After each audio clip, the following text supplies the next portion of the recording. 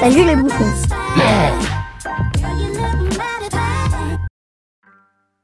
Salut les bouffons.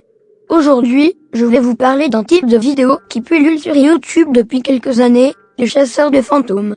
Il existe de nombreux groupes de personnes qui s'autoproclament enquêteurs paranormaux et qui passent leur temps libre à enquêter sur des lieux prétendument hantés.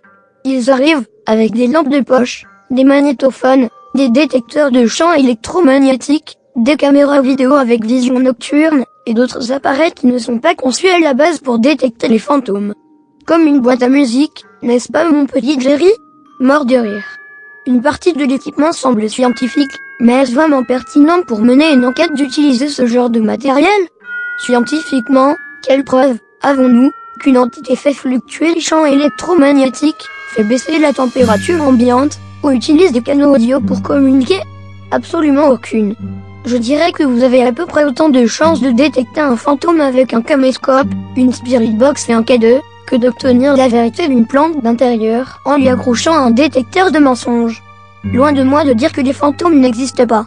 Mais c'est tout aussi absurde de prétendre le contraire. D'ailleurs, quelle différence entre un groupe de personnes qui fait de l'urbex et un groupe d'enquêteurs paranormaux? Aucune, seule l'interprétation est différente. Pour une personne qui fait de l'urbex, un bruit sera dû à du bois qui craque, à un courant d'air, à un animal, voire à une personne. Le même bruit pour un enquêteur paranormal sera dû à un fantôme, un spectre, un démon, un esprit, le diable, que sais-je encore. Et pourquoi la nuit? Qui a décrété que les fantômes se manifestent plus la nuit? Peut-être dorment-ils? Lol. Et pourquoi dans des bâtiments ou des cimetières? Qui peut prétendre que les fantômes restent coincés dans des lieux précis?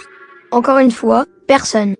Mes chers chasseurs de fantômes, je ne parle pas aux gogos qui font du spectacle, du putaclic et du fake, mais aux personnes réellement honnêtes dans leur démarche.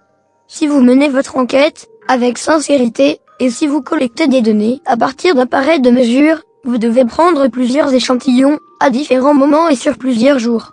Sinon, comment faire une comparaison? Quand une porte se ferme toute seule derrière vous, ne pensez pas tout de suite que c'est le fantôme de la pauvre grand-mère qui a été assassinée dans cette maison, mais peut-être simplement le vent ou la gravité. Quand vous entendez un bruit sourd, ou un bruit de grattage dans la pièce d'à côté ou au-dessus de vous, peut-être est-ce simplement des écureuils, des rats, ou des branches d'arbres qui raclent le toit. Lorsqu'un changement de température se produit, ne pensez pas tout de suite que Satan est là. Lol. Mais pensez au vent et au courant d'air, et au vide présent à l'intérieur des murs. Quand vous ressentez une présence, pensez d'abord aux infrasons plutôt qu'à la présence d'une entité. Si vous voyez quelque chose qui ressemble à une lumière ou à une forme humaine en mouvement, pensez d'abord que votre cerveau vous joue des tours, surtout la nuit. Quel dommage de ne pas voir plus de sérieux dans ce domaine, mais que voulez-vous, ce ne serait pas vendeur, il faut du spectacle avant tout. Et comme toujours, ce n'est que mon avis. Encore une petite chose, n'oubliez pas que de pénétrer dans des lieux privés, sans la permission des propriétaires, est sévèrement puni par la loi. Voilà les amis, j'espère vous retrouver bientôt pour une prochaine vidéo.